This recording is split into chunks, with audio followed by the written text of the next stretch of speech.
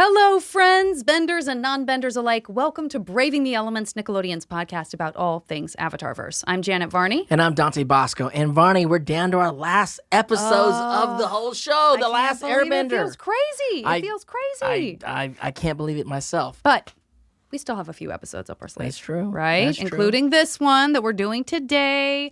We're doing Into the Inferno, which is the part 3 of Sozin's Comet. Yes, and of course we covered the first 2 parts, the Phoenix King and the Old Masters with the wonderful Ivana Lynch. So the question was, who do we have on the show to take us home?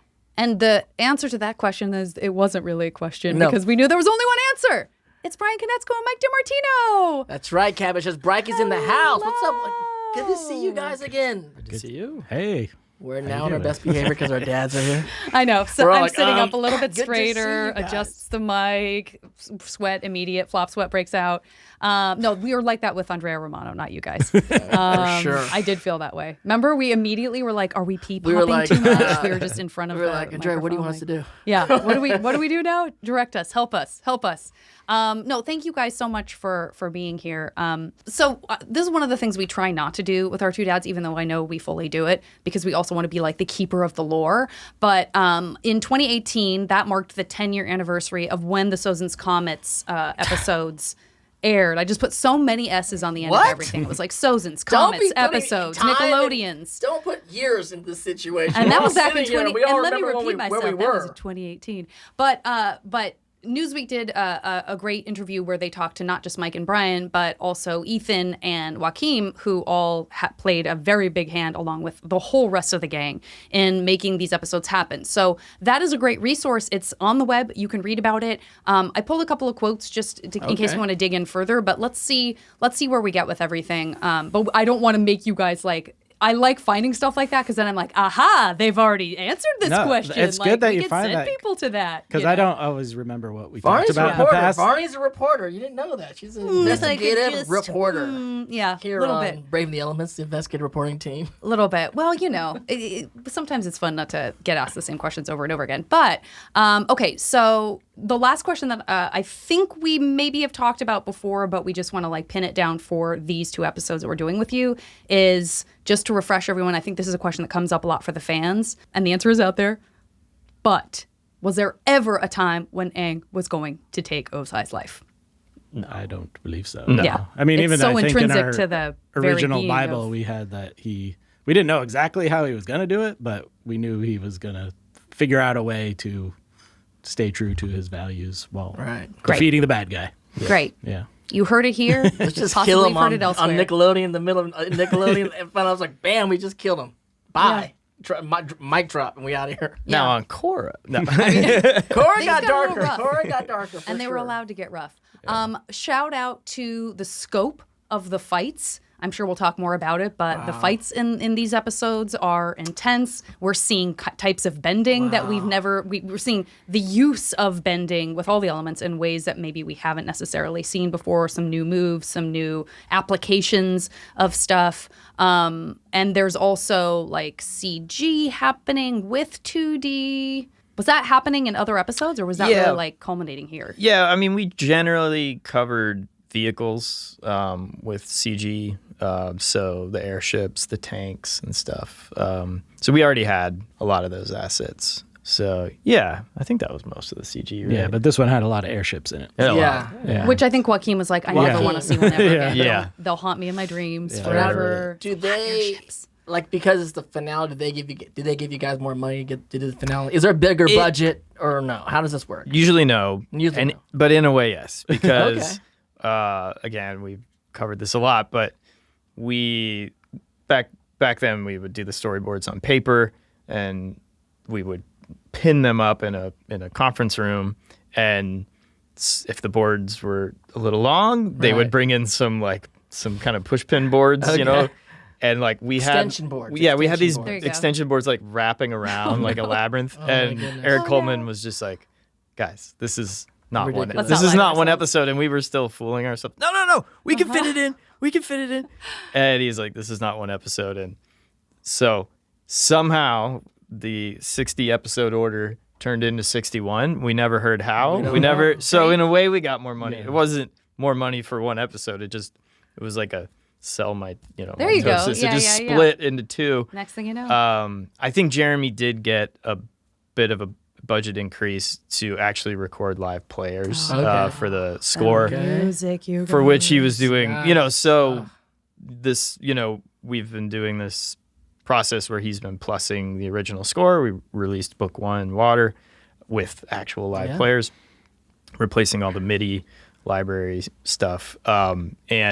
But in these last 4 episodes, it's actually strings. Live strings. Ooh. So we already... You can feel it. He already got to do that. It was cinematic. It was cinematic. Yeah. Watching it in a new era in time, right? Like last night, I was moved in a different way. I mean, the Zuko Azula fight. Oh, well, he was doing... Music, Come on. it was like a somber sadness to the music when they were fighting, and I was like sad about it, you know? Yeah.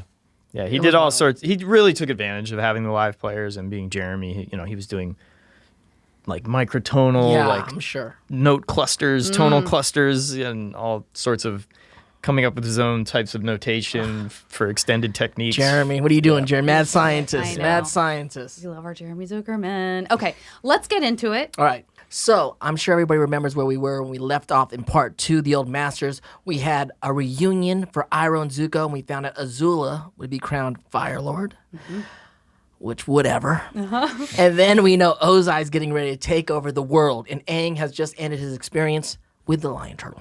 And we also have had a bunch of stuff set up for these episodes. We know from the group that the plan is for Katara and Zuko to go face Azula. We know that Sokka and Suki and Toph are going to try to intercept that airship fleet to help save Ba Sing Se, which is also going to be protected on the ground by the Order of the White Lotus. So let's see how it all plays out. Sozin's Comet, Into the Inferno, was written by Mike and Brian and directed by Joaquin Dos Santos. All right, we open this episode with a very red skies, very Blade Runner skies, boy. Very red, very moody skies. Amazing. And we close view on Sozin's Comet and then quickly find out that we're joining Katara and Zuko, who are riding Appa to find and defeat Azula. But Zuko is more preoccupied with whether Aang is going to be able to handle Ozai. Katara reassures him that Aang will triumph because he has to. Yeah. Elsewhere, Azula shows us the meaning and the phrase of the royal treatment, as many servants give her the ultimate small day to make her first day as Fire Lord, until she finds a cherry pit in one of her cherries. As Gray told us when we had it last time, that's her doing the service. Yeah, she did the servant's voice and Azula's voice. Right, so she's banishing herself. She banished herself. She banishes herself. The perfect circle. It's great to allow. Yeah. This takes us to checking in with Sokka, Toph, and Suki, who approach the airship fleet by sea on an eel hound. When they arrive, they're too late to stop the airships from taking off, so Toph uses an earthbending propel way to get him in the air, and then they get onto one of the airships and they sneak aboard, and then the scene ends with a very intimidating shot of Ozai smirking evilly on that airship. He's very good at that. Such a great shot to end it with. Hair was flowing. All the royal families are flowing. I realize my fists are clenching every time I see Ozai in these episodes. I'm like, oh, loosen up, Janet. Like, this is not real. It's not really happening. No, it was He so was cool. having a good hair day. Great hair day. He looked great. I mean, Zuko's hair was flowing too with him and Katara. I'm like, wow, his mane is really going. And then you see his father's hair and you're like, that's where he gets it. Pops' Once again. Pops' Ozai hair is knocks him out of the flowing. park. And when I was watching it, I was like, what's he doing just standing in the front of the ship all menacing like that? And then we see what he's doing. Now, I just want to take a second, but there is so much to cover. But for me, this is just a moment that I love in this episode, and I don't know that anyone pays attention to it. But I really love, first of all, the idea that you could take cherry pits out and still have an intact cherry, because that is what Azula would make sure happened. She would be like, I don't care how you do that, do that. And then the fact that she crunches down on the pit, fully you hear it crunch down on her teeth, but when she's telling the servant, she says, I sensed that pit just in time. I love that moment. It's like, no, you didn't. Shut up. You absolutely did not. You crunched down on it with your teeth. It's a great line. You smally do I love Gray. the You flex. do, even just saying that, you do Gray's voice just a little bit. You know, I love that. You know that I love that, Azula. Okay, so hopefully you all enjoy Blue Fire, because that is definitely what the throne room looks like. It's a little different with Azula in charge. We have all this blue flame. And then when the Dai Li show up, she's very quick to point out, like, there's no reason for me to trust you. You turned on Long Fang, so I don't see any reason why you wouldn't betray me. Good point. And Good she point. promptly just banishes them. Good point, though. Yeah. Actually. So we've seen a couple of banishments happen. I'm hoping that the Daily are going to keep that poor little cherry pit girl company because it seems like it's lonely out there. And then, I guess this is the moment where you go, oh, like the Ty Lee May thing has extremely messed up. Oh, yeah. Broke her. Azula. It broke her. It broke her brain. I think on some fundamental level. Because I was like, why is she so messed up right now? And then when she brought up the Ty Lee May thing, and I'm like, oh yeah, if your best friends turn on you in like that one moment, it can break any of us. Like, I knew people. Well, I think that wasn't the cause, but I think that was the it was like the final straw. The final straw. I think she had some deep-seated underlying issues that stemmed from her strange yes, of course, parentage or whatever the word is, the as she perceives it, betrayal by her friends, who she sort of forced into her. Oh yeah, she was forced into her service. That ultimately kind of puts her over the edge, but she was already close to the edge. She was definitely close to the edge. But when your ride or dies turn on you, it's done. You're done. That's sort of the point that just kind of goes, ning, and then you just sort of tumble into the open air. So back on the airship, Toph politely gives the old shaven a haircut knock. I enjoy that that's in there. Not going to go off on the tangent that took me when I was like, where did that come from? Look it up. You know what I mean? That's what the internet's for. But it's out there. And Sokka seems to tell Toph to take the wheel. People love this moment. She, of course, reminds him that she's blind. And he very expertly kind of raises an eyebrow and is like, actually, I was talking to Suki. That's a question I think that fans have, which is, was he talking to Suki? Or is this just another cover moment of Sokka being like, yes, you are blind. Moving on. I was talking to Suki. Do you remember if there's like intent behind like whether or not Sokka is telling Toph, like, take the wheel?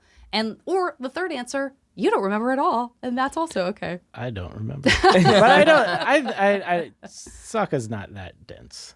I think he knows who he's talking to. It's a great answer. It's a confident answer. Yeah, it's a clear, confident answer. No, but that's a fun moment for people. And then now we have one of my favorite scenes in this 4-part finale. Again, you guys know I'm a sucker for the comedy. Attention, crew. This is your captain speaking. Everyone, please report to the bomb bay immediately for hot cakes and sweet treats. We have a very special birthday to celebrate. Hey, I'm Quinn Lee. I work up in communications. Oh, hi. I work down in the engine room. That's probably why we never met before. Big airship, you know? Huh? Yep. So, do you know whose birthday it is? I can't believe the captain remembered my birthday. He really does care. It's birthday time. Do you know who does the voices of Quinley and the engineer? The two guys? Yeah. The two guys talking to each other? Mm-hmm. I do not know. I mean, should I take a guess? Sure. I have no idea. I can hear guess. their voices. Hey, it's my birthday. I didn't know the boss knew my birthday. It's like watching it all over and I was again. like, oh, and then, well, happy birthday. Well, no idea. Do you guys remember? I mean, it's two of the greatest voice actors of this generation. Is it? I think the two greatest. Is it these two guys?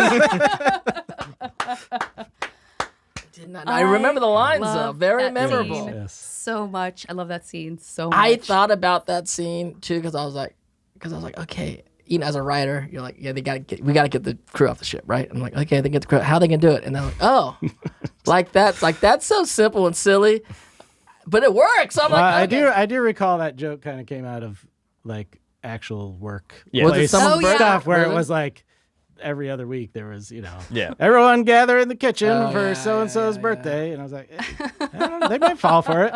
Yeah, it's These like guys are busy. They, That's what you do on the sets. Everyone knows the birthday. There's the birthday thing on the set all the time. Yeah, I would say when the U.S. version of The Office came out, and I was like, this number of like office parties seems unrealistic, and then I would say, oh wait, no, Mikan totally ran our office that way. It had to be Mikan. Mikan would those have cakes were there. a big birthday thing for everybody, and we were, especially towards the end, all so birthday. busy. But we have to thank Mikan. What I did like about love that it. scene is Sokka said, "Let's go lower," so we drop everybody at a safe It was very distance. nice. Instead of, you know what I'm saying? It was nice of him. It was nice If you of him. if The you're whole too thing is high, very I hear If you're too high, I hear yeah. water ends up being just like concrete. Right. Let's go lower. I got an idea. Absolutely. So, shout out to Sokka. Shout out to Shout Sokka out for to looking Sokka. out. He just doesn't want to kill random Fire Nation people doing their jobs. Especially when then you see them and you're like, oh yeah, they're just guys. They're just guys guys. who want to feel seen Birthday. and appreciated. They are going to try to end the world, but they're just not those guys. not those guys. Those Those are guys are just looking to good celebrate folks a in the birthday. Fire It's no Nation. big They're like, Good I just folks had in got a Fire job on a Fire Nation ship, man. Yeah. Yeah. I was just I didn't know shoveling it was coal. going to be Ozai's I ship. was shoveling exactly. coal. That's what I was doing. I think Mike and I played a couple of dim-witted guards in Korra as well. It's empty. Yeah, I can see that. Really? Yeah, I think that just became our thing. Whose Pretty birthday was? Shakespearean, Who though, was the too. birthday? Who said the birthday line? Which one of you had the birthday? Well, that is a good question. I don't remember. Who. I don't I remember think which I one of you, I 'cause think they're I said slightly I was the altered. guy going happy birthday. I think. yeah. But I'm not That sure. sounds like. I think you're right. Yeah. That's what it sounds like. That's what it sounds like. I'd know your work anywhere. Yes. Amazing. If So you're we're cool gonna go with it. back to the palace. Is what we're Yes. gonna do, and we're gonna find Lo and Lee confronting Azula about all the people she keeps banishing. Apparently, banishing just one servant isn't enough for her because she's banished all of them, plus the Dai Li, plus the Imperial Firebenders. And Azula explains it's because she can't trust anybody. Mm-hmm. So when Lo and Lee suggest she postpone her coronation, well, Azula's not going to be so happy about that. And Azula didn't see who said it, but they won't tell her Exactly. which of them actually said the words. So So I she guess they're- orders them, to duel in an Agni Kai. But turns out they're not firebenders. Which I didn't know. No, I definitely. was It worked on me. I 'cause was like, they're not firebenders. Yeah, that was, I like turned and looked at the person who wasn't there next to me. I was 'cause I was watching it by myself. I was like, I know. I they're thought not. for sure I they were forget every time. firebenders. They I look like forget every time. firebenders, but who knows? You know? Yeah. They just dated a lot of You just firebenders. assumed. And then she They vanishes. just dated a lot of firebenders back in the day. I have yet to see a Lo and Lee cosplay. I just want to throw that out there. I haven't seen it. Have I seen one? I'd like to see a lonely cosplay. You want to see the young version Yes, of is Lonely? what I want to see. No, no, That's no. what I want to see. So everybody out there at a Comic-Con From come say their hi to house. me. That's a deep cut. Two twins. Let's see it. That's a deep cut. He would know immediately who it was. I'd be though, I like, yo, promise you Lo, that. Lee, what's popping? Yeah, yeah. But that's a great. That's a fun twin moment. I mean, I again, think you these and I two- should yeah. cosplay young Lo and Lee. Let's do it. Let's I do think it. the next begging you cosplay to. party you throw, Yeah. I am that's- Lo and Lee. We're we'll going. come out of the ceiling. We'll have an Agni Kai DJ, duel. you can play. You All can right. play guitar. I'll That sounds DJ. good. It'll It's be gonna great. be great. All right, let's do This it. is gonna be great. gosh. But yeah, so she the twin moment is really fun, right? That she's like, okay, then you're gone. But then they're like, but that's Lee and I'm. So which one of us needs to? I guess neither. Cool. Azula has no idea who they are. She's forgotten. She's probably forgotten she said it like 5 seconds after she Yeah. said it anyway. Yeah, she's not in her full capacity right now. Yeah. So, well, let's check in with the Order of the White Lotus, which is preparing to take back Ba Sing Se. And as we watch them build a huge fireball to break into the city, we're reminded that Ozai and Azula aren't the only firebenders who get to take advantage Right? of their enhanced firebending Yes. during the comet. Yes. That's right. And watching this team at work is reminiscent of Team Avatar, with each of the benders and non-benders working together to maximize impact using multiple elements and tactics. Right? True. Yeah. Well, as soon as Iroh says like this, you want to get to feel this power, like this feels so yeah. good, and then you're like, oh, they all got that power. Get ready, buddy. Which is great, but also you get to see a lot of these characters like Paku that we met in the past. We know they're masters of their bending, but we didn't really get to see them do a lot of bending mastery, Right. Or sword fighting. You go, Yeah. oh, they're all getting down now. Oh, we get to see the old guys get down. Like now you don't Let's have see to 'em worry get down. about being the teacher of someone else. Now you can just Get down, do your thing. Yeah, and we're like, oh, they. Yeah, I remember. It was fun bringing those guys back so we could see them kick some butt. Oh, so great. It is great. I mean, the Dragon of the West. I was like, Dragon of the West, ladies and gentlemen, Dragon of the West. Yeah.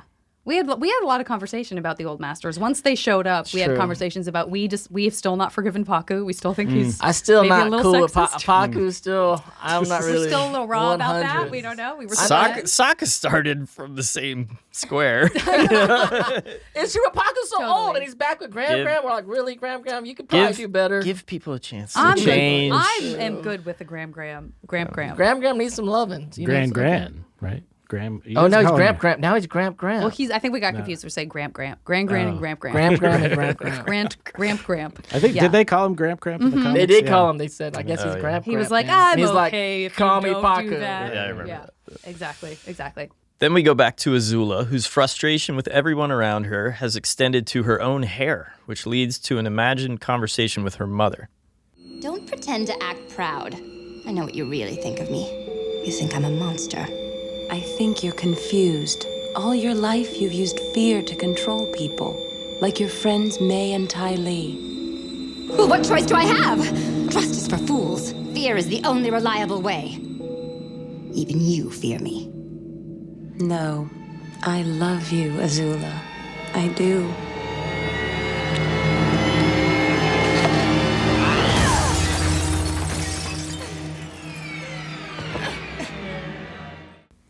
So let's talk for a second about that. It's an amazing moment, and it's certainly one of those very rare moments in which we see this vulnerability in Azula right before all hell breaks loose, essentially. Right. I don't even know what I want to say about this other than that, like, for me, it's a little bit of a game changer because Ursa's not there. We can all agree on that, right? If anyone out there is like, I think she appeared to her in a real vision and she was really talking to her mom, that's not what's happening. Which is what makes it so interesting to me, because for Azula to have the insight to understand where her mother would be coming from and still kind of hate her for that is really powerful. Like the idea of that person we have in our heads who we know if they were here, they would tell me they loved me. They would tell me I can do better. They would tell me that this has all gotten like very complex in ways that it didn't need to be. And to still kind of, to be able to see that, but to also be on the brink enough that you're like, and yet I can't hear any of that. But it's my own brain telling me. I think that's such a fascinating, great scene. I mean, I think that's the way our brains work. I mean, anyone who's dealt with, I think you don't even have to be struggling as seriously as she was with mental health in that scene to have had competing voices in your head. And, but I also think on a more positive note, like, you know, I will occasionally have a dream about my father who's since passed, but it's not like me giving him lines or remembering things he said. He's like, he's alive. Yeah. He's talking from his own source, and it's so those moments are so powerful that you wake up, you feel like you were with that person. Absolutely. And then there's that moment of remembering they're gone. And so I think, you know, I am very critical of me and like the art and things we tried to do and maybe fell short. Things like this I'm super proud of. Is like, I think our handling of certain villains, I think, you know, we've talked about it. Ozai is a bit two-dimensional, but someone like Azula, and especially in this scene and where we see this end up, it's like we're not just saying, oh, she's evil. No. Right. Oh, evil. And it's just, oh, she's a monster. You know, that's even discussed here. It's like she's a human. She's a human who was brought up in a very extraordinary and bad scenario, and it nurtured certain tendencies in her, and you see ultimately she's just a person struggling. So yeah, I think it is so important great. to point out that And is all how in many her times head. have we watched? I mean, I've watched that scene so many times, and not I watched think it it many wasn't times. until I was like, we are writing this, like we're really breaking down this stuff. And I have been more critical of Azula than some people, and I have been like, look, you know, just because she feels bad about something that's happening to her doesn't mean she feels bad about what she does to other people. Like, she has empathy for herself. Yeah. But in this scene, for some reason, with this particular watch, again, probably because everything felt so heavy, because I knew we were going to be talking to you guys about it, and this is our recap, I really was like, oh no, like, if she can have that conversation with her mom in her head, she's a better version of herself than I was allowing for. Right. Because in my version of Azula, like when I'm watching her the rest of the series, for the most part, obviously there's some exceptions, I can't imagine an Azula that like has that the sort of maturity to understand like that this person meant that to her, and that this person saw, you know, I don't know. I just love it. I think love you it. can keep excusing someone's behavior separate from understanding it. Absolutely. And I think it's Well said. just more of an examination of what makes her tick, and that it's more than just, oh, she's evil because we need an evil born bad, stay bad. Well, I think that's why I said earlier, like these episodes are cinematic, and a lot of times people are just talking about the visual, which there's obviously a lot of cinema with the beauty, but cinematic because this scene, like the cues in the scene, what's going on, the acting, the dimensions in the scene by the artists and the writing, and then of course Grady Lyle's performance, it's cinematic. You're like, oh, this is a scene from a movie. Like this is a real, it blows my mind because again, I go back to like, wow, this was like some kids cartoon, and I'm going, we're watching the kids. You guys are putting these kids on cinematic themes and things that are like, I didn't grow up watching cartoons. That's heavy, yeah. Speaking of cinematic, the person who storyboarded this scene is the director of our first animated feature. It's Lauren Montgomery. Oh, wow. And Lauren she has taught us how to draw flawless Aang. Yeah. She taught me, mine was not that great. It was Again, mine did have a 5 o'clock shadow. Have to see mine those. absolutely has a 5 o'clock shadow because I was erasing so much. I was trying to erase his chin line, and I was like, and now he's like a burly man. That was a fun episode. Cool. He's 112. So. He is 112. Yeah. He is 112. Yeah. Okay. Anyway, so thanks for sort of dissecting that with me, but. Okay, let's check in on the airship fleet as it nears Ba Sing Se. Sokka has just realized they're not going to catch up fast enough as Ozai begins to scorch the earth below, sending animals to flee for their lives. And watching all of this is Aang, who sends Momo to safety as he begins to earthbend huge discs of stone at the airships, and then follows up with some pretty powerful firebending of his own, because he too Sozin's has a Comet, y'all. firebender. Yeah, he's also, exactly kept my mind in the same time. He's too as a firebender. Impressive. It's nice to see Ozai experience a moment of surprise and dismay when he realizes what's happening. As his airship crashes, Ozai firebends himself towards Aang for their confrontation. The great news about all of this for Sokka, Toph, and Suki is finding out the Avatar is back. I mean, yes, we've been with Aang the whole time, so we knew, but there's that moment where you're like, oh yeah, this is the first time they're seeing like, oh, he is here. Which it's is a nice it's moment to always realize like, impressive. oh, he did show up. We're not alone in this. He That's can do cool. everything. Yeah, exactly.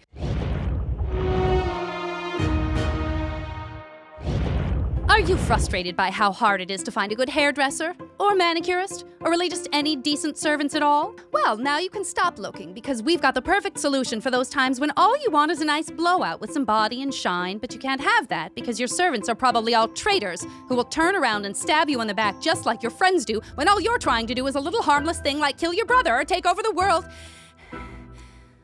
You know, I can't actually remember what product I was advertising, so, you're all banished. But now Ozai's found a way to spin this development like it's a good thing. After generations of Fire Lords failed to find you, now the universe delivers you to me as an act of providence. Please listen to me. We don't have to fight. You have the power to end it here and stop what you're doing. You are right. I do have the power. I have all the power in the world. Sokka, Toph, and Suki watch. Aang begins to battle with Ozai.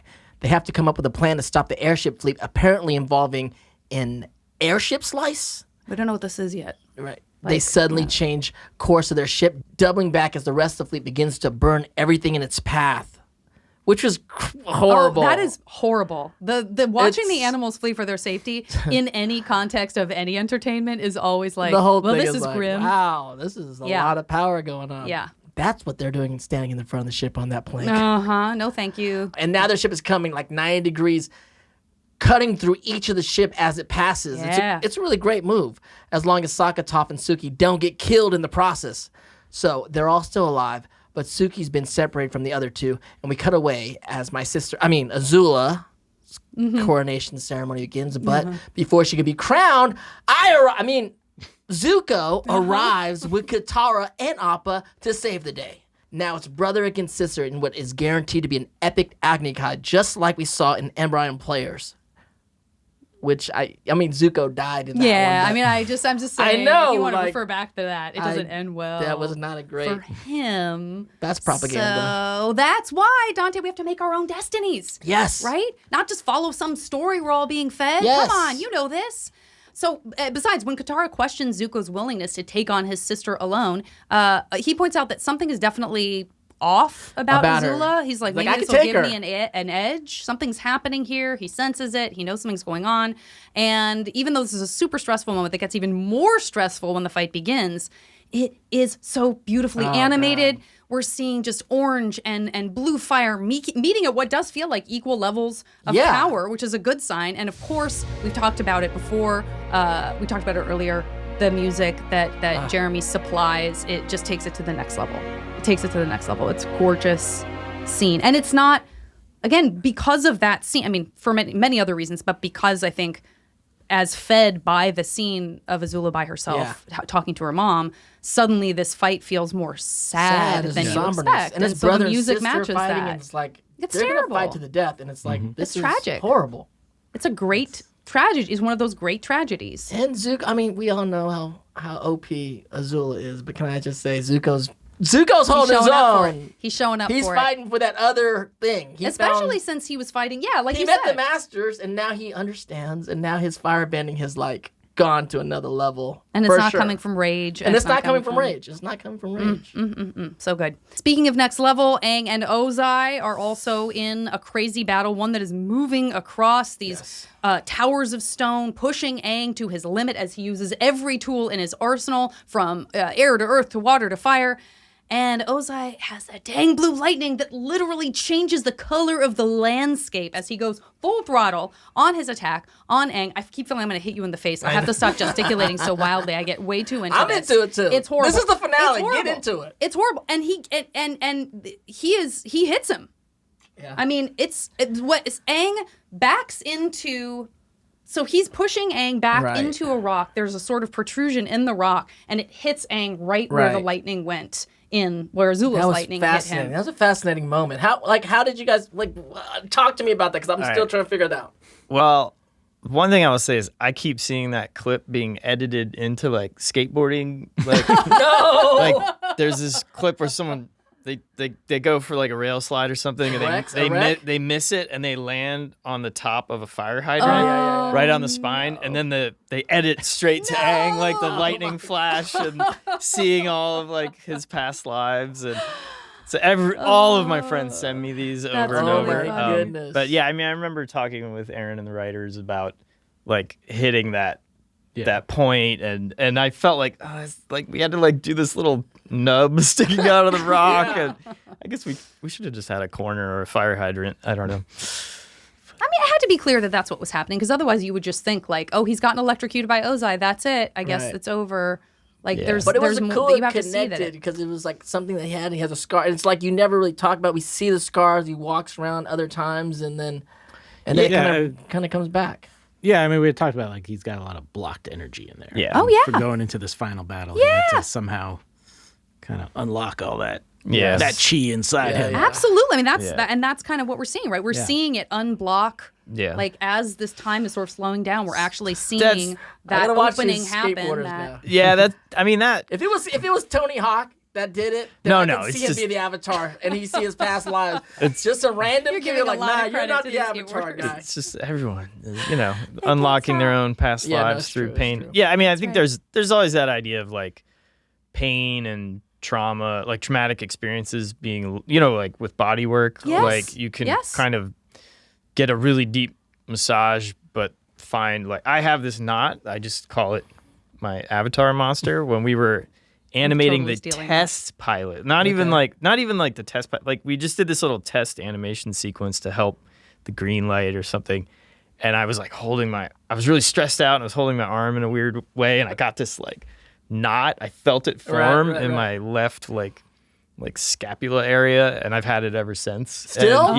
So it's like or you can have like a really traumatic experience, and if someone works on it, it brings you back to that, and you might start crying, or it was that idea of just this sort of unlocking that, like Mike said, the kind of bottled up like chakra, flow. It but through a very painful. It worked.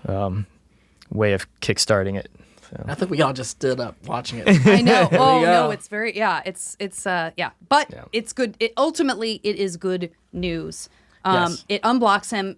now Aang redirects Ozai's lightning. He has this opportunity. This is the moment that Zuko, we could say, was afraid of, because here we have this opportunity where he has the chance. He could redirect that lightning right back to Ozai, and instead he chooses to direct it towards the sky.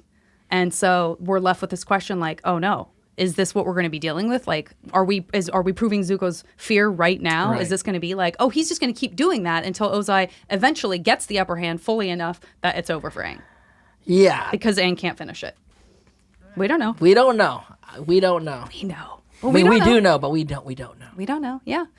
So that was his chance. He's barely able to waterbend in time to save himself from this really horrible fall that we see him having. And Ozai But very cool the way he did that too, because he waterbended him up. Like the motion of it, you're like, oh, look at that. Like That's a half nice. pipe. I'm sorry. We'll let go of the skateboarding. You know what I'm saying? It was like instead of just dropping in, it was like, oh, kept the motion going in the flow.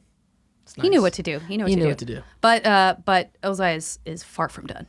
And then we go back to Zuko and Azula, and their Agni Kai seems pretty evenly matched so far. And in fact, Zuko might even have a leg up. But so far, no blue lightning.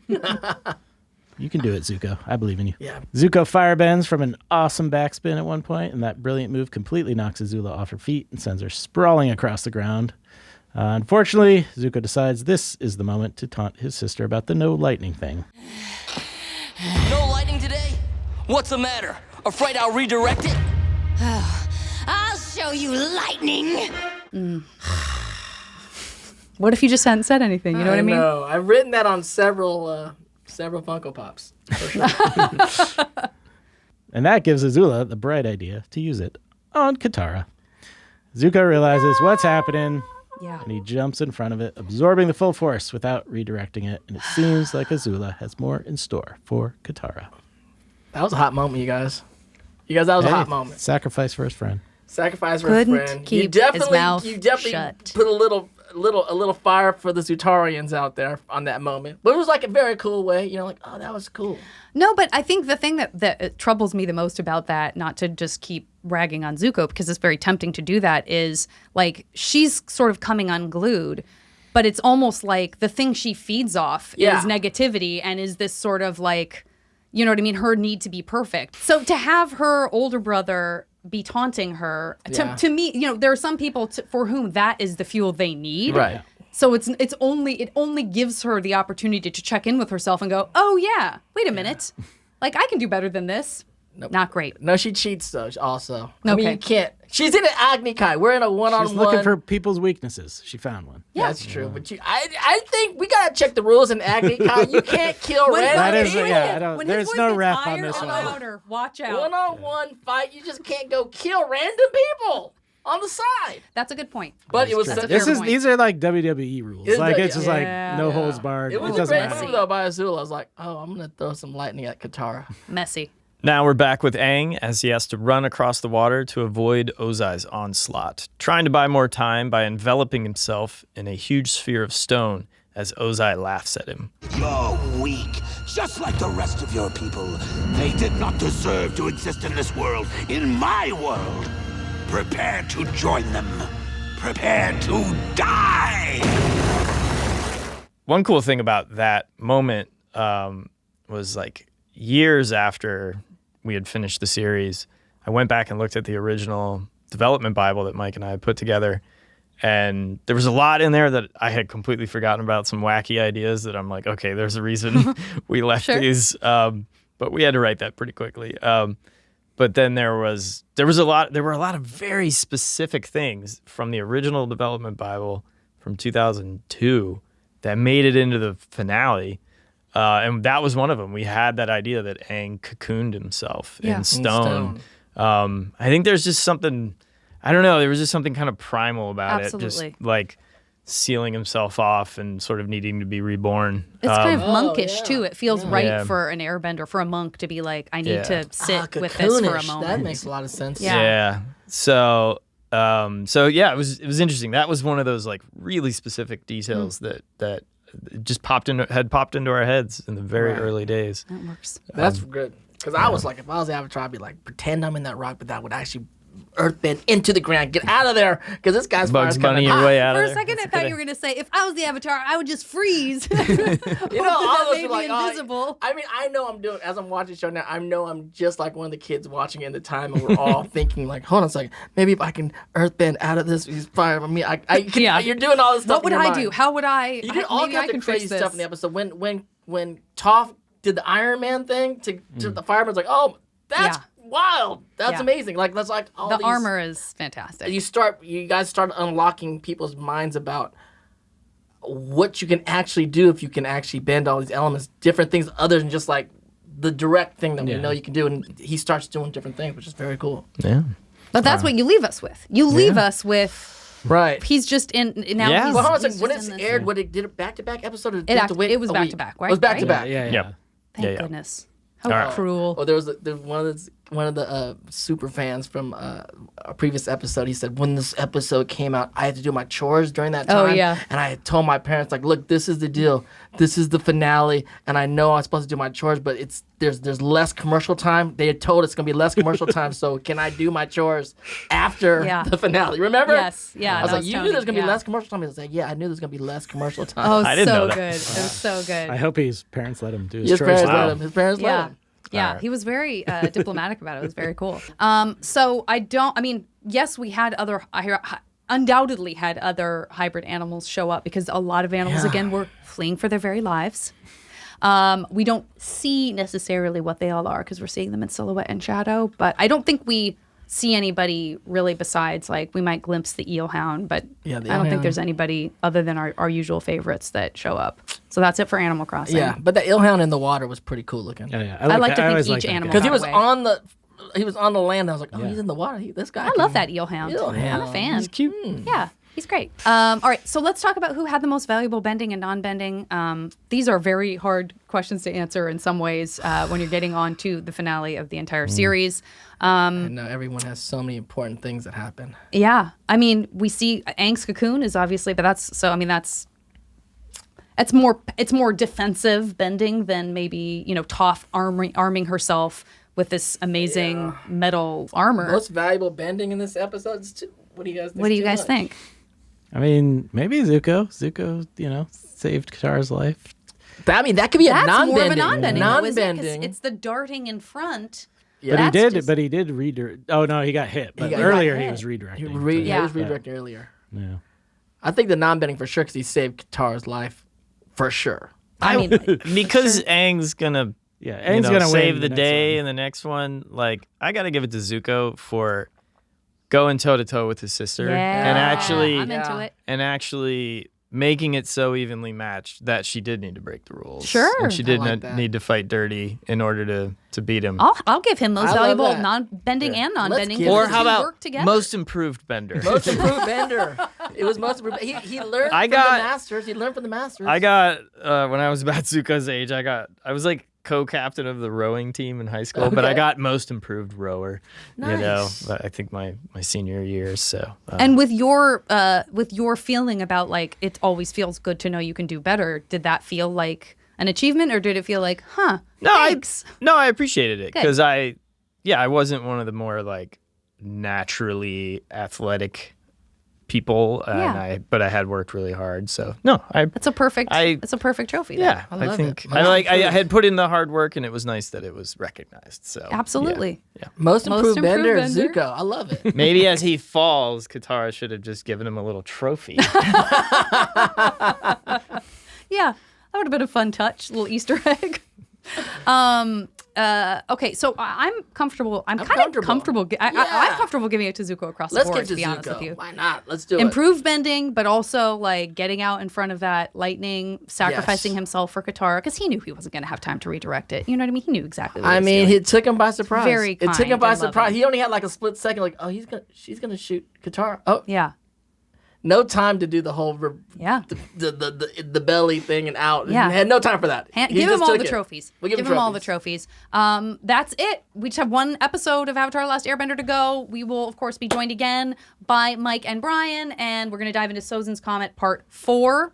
Avatar Aang. Can't wait. Dads, thank you so much for spending some time with us today. Thank you. See you back here in a week with the same clothes on. Bye, guys. Did you know you can hear bonus episodes of our award-winning podcast? Subscribe to Avatar Braving the Elements Premium on Apple Podcasts for early access, exclusive content, and ad-free episodes. I'm so excited!